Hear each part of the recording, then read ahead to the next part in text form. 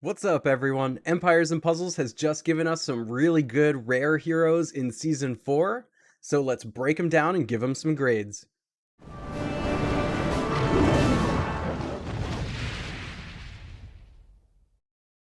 But first, you've been hearing me talk about Gemstone Legends, and that's because some of the biggest names in Empires and Puzzles who really started early in that game are already over at Gemstone Legends building up our rosters like Archon, Anchor, Mr. Spock, myself. And so we know it's the people who get in early on games like that who are at the biggest advantage. So if you've waited to get in on that game, please don't wait any longer. I've got a link in the description of this video that you can use along with the code #lion within the first 3 hours and after you complete the tutorial, which will give you 50 free summons.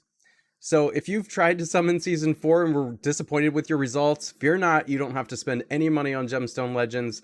Just pop in there, do those free summons, make sure to leave yourself enough time to do that so you can take advantage of that. You're really going to start off on the right foot there. And I'll see you in Gemstone Legends.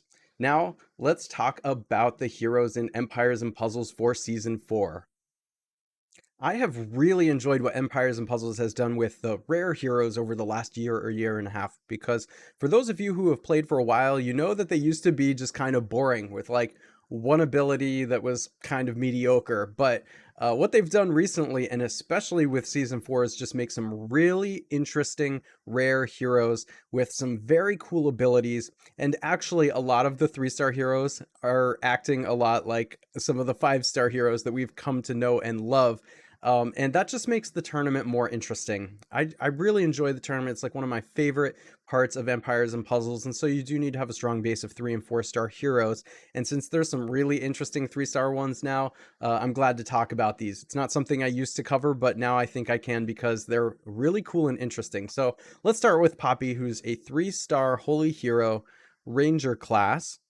Of course, part of the Underwild family, and I'm not going to go into a deep description of this because I've done that in the epic video and the legendary video where we talk about the bonuses you get from using multiple heroes, and it's a pretty good one. So do take note of that. There is a passive ability here, increased special skill damage. So the first time this hero casts special skill that does damage, an additional 30% is increased to its power. Now let's take a look at the attack, defense, and HP. Attack is 497. That's pretty good for a 3-star hero. Defense is 453 and health is 804. Anytime you get a health of over 800, that's going to be pretty good for a hero here.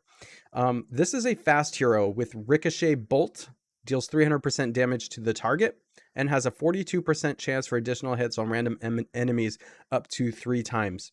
Additional hits deal minor damage. So there's actually another hero like this in Empires and Puzzles already called Missandra, and people may have forgotten about her by now, but she's actually a pretty good hero. She came from Atlantis. I do have her, and she was a really fun hero for a while. And the problem with Missandra was that they just made a whole lot more legendary blue heroes that were better than her. But she was still good. It's just there were so many awesome blue legendary heroes, right? So here we have Poppy, who has the same ability, basically. So we know how this works. I think that in 3-star land with the rare heroes, there are a couple other yellow heroes who do have better specials than her. Like, for example, I love Costume Bane. I think he's super cool.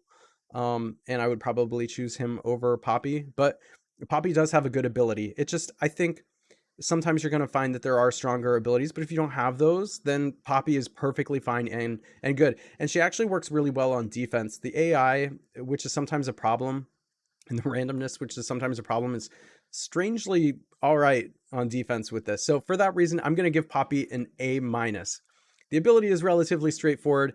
It's nothing super creative, but it is a good one. She does a lot of damage, just like Missandra. Missandra did a lot of damage. She's going to as well. All right, Gramps.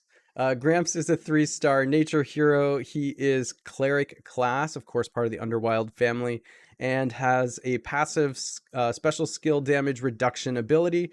Received damage is reduced by -20% for the first 3 times this hero receives damage from special skills. I think people are going to forget about these passive abilities because they're just kind of like off to the side doing their thing, and people wonder like, Like, why the heck is Gramps not taking as much damage? Well, that's why. That's just hanging out over there.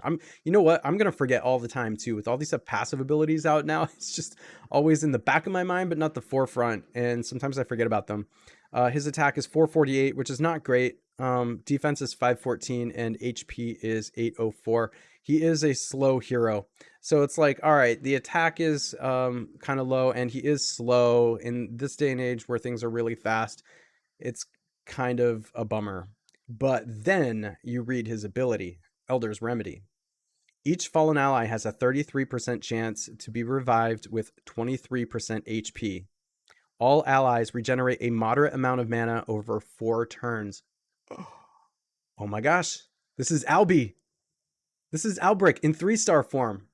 And if you know about Albric, you know that for a long time, he's been a really good 5-star hero, especially in the very fast tournaments these days. In the very fast wars, you stick him in the corner. Oh my gosh. So this particular effect is really, really powerful in rare tournaments and against other rare heroes. So if you're like a newer player and you only really have rare heroes, yeah, you want him on your raid defense, you want him sitting in the corner. He's awesome. And even if you're a more experienced player, if you've been playing forever, you want him for the 3-star tournaments because he's amazing. So for that reason, I'm giving Gramps an A. This is an effect that you just don't see at rare level. Yeah, I know he's slow. I know I dog on slow all the time, and that's because the game is so fast. But think about this. So Gramps sits in the corner on a defense. It doesn't matter that he's slow. The other team's working on killing the front heroes first. And then by the time they're killed, Gramps goes off and revives them. And not only that, but now they're speeding up on mana. That's exactly what happens with Albric and Mother North, right? The thing is, if they try to go after Gramps first, then they're leaving alive the more deadly heroes, which are then killing their team. So it's this classic conundrum that is what makes Gramps really, really good. Valar Mork is a 3-star fire hero, paladin class, and of course, Underwild family. He's got a passive ability here of start battle with mana, and that's a pretty good one. This hero receives 20% mana at the start of the battle. He's got 476 attack. That's okay. Defense is 514, and HP is 738. That's okay. Thresher Worms is his special. His mana speed is slow. Again, that's usually a knock, but remember the passive ability. He's going to start the battle with some mana, so actually that first time he goes off, he's going to be a little bit faster. He summons a Worm Fiend for all enemies. The Fiend damages the enemy with 32% attack for every turn. The Worm Fiend absorbs healing and disappears when it has absorbed health equal to 16% of the target's max health. So this really feels a lot like Elizabeth, who, if you remember from my legendary video, I said is super powerful and probably gonna be super annoying to deal with. And we know this passive ability, which starts him off with a little bit more mana, is going to make him go from like slow to a little bit faster, at least that first time around. And if you know, in attacks with Empires and Puzzles, you typically only need defensive heroes to go off like 1.5 times to kill an offense. So basically this guy, the slow doesn't matter as much as it usually does. However, the ability down here, although it resembles Elizabeth a lot, it's missing the most important part of Elizabeth's special, which is the mana reduction. So the slow is a little bit of a knock, but it's not truly slow. The special is not quite as good as Elizabeth. It's interesting. But I think that this hero is going to turn out to not be quite as aggressive as it needs to be. So for that reason, I still think he's good, but I don't think he's like overpowered like Elizabeth is. So don't be tricked by the special looking similar. I'm going to give him a B+. All right, let's take a look at the next one. Morris is up next. He is a 3-star purple hero, fighter class. Really good if you have emblems to put on him, because again, whenever these fighters keep reviving over and over and over again, it's just really hard to deal with. Underwild family bonus, and this passive decrease ailment duration. Duration of the first 3 status ailments this hero receives from special skills is decreased by 1 turn. The attack on this hero is pretty good. 507, for a 3-star hero. I like it. The defense is actually pretty good at 483 and the HP is 721. So the HP is a little bit lower. The trade-off is you get a little bit higher defense and attack. So what does this hero do? Dig a hole at average speed. Removes all status effects and stacks from the caster. Removes even status effects and stacks that are otherwise undispellable or uncleansable. That's really cool. I kind of like that. Of course, it's just from the caster. It's not from the team, but he is a self-cleanser. Caster digs a hole and hides in it for 2 turns. While in the hole, the caster can't gain mana, but is immune to normal attacks, special attacks, and all status effects. After 2 turns, the caster jumps out of the hole and deals 223 damage to a random enemy. The hit enemy receives the following status ailment. The target can't gain mana for 2 turns. So this one's really interesting, and this is why I was saying at the beginning of the video, I really like what they're doing with the 3-star heroes, because this is fun. This is just a fun hero. I don't know if it's one of the best heroes out there, but it's got to be one of the most fun. Like, playing around with this hero on offense and even like putting it on defense is a really, really cool kind of experiment. However, I do have to point out the way that this special is functioning, it's going to make him kind of slow, and at least at first, not very aggressive. And so that is going to be a problem. I think, I experienced this with Jack. I thought Jack was going to be really, really good. But his special kind of slowed him down a little bit too much and he wasn't that great. Morris, I think the same thing's probably going to happen to him, where he's just going to be too slow to matter. But the special is fun. Sometimes playing this game isn't about being the absolute best at everything, right? Sometimes it's about fun and just making this particular special work. And I'm really glad that Empires and Puzzles made this hero, because just printing the same special over and over with different art and colors, at some point that just gets tiresome. This is good on them for getting creative with this one. However, due to it just basically being fun and not necessarily good, although when he goes off it's going to be really good, so if it goes off, awesome. I have to balance that out. A really, really good special, but one that takes a long time to get to, in my book, is a B-. So I am going to give Morris a B-, but for those of you who get him, level him up, play around with him. I think he is going to be a fun one. And lastly, we have Hilo, who is a blue 3-star hero, druid class, of course, under Wild Family, and the passive is increased buff duration. Duration of the first 3 buffs this hero receives from special skills is increased by 1 turn. The attack is 457. That's okay. Defense is 505. That's good. And health is 799. That's pretty good too. So he is going to stick around. Healthiest catch is average speed, recovers 32% health for all allies, and cleanses status ailments from all allies. So really, he doesn't need the high attack.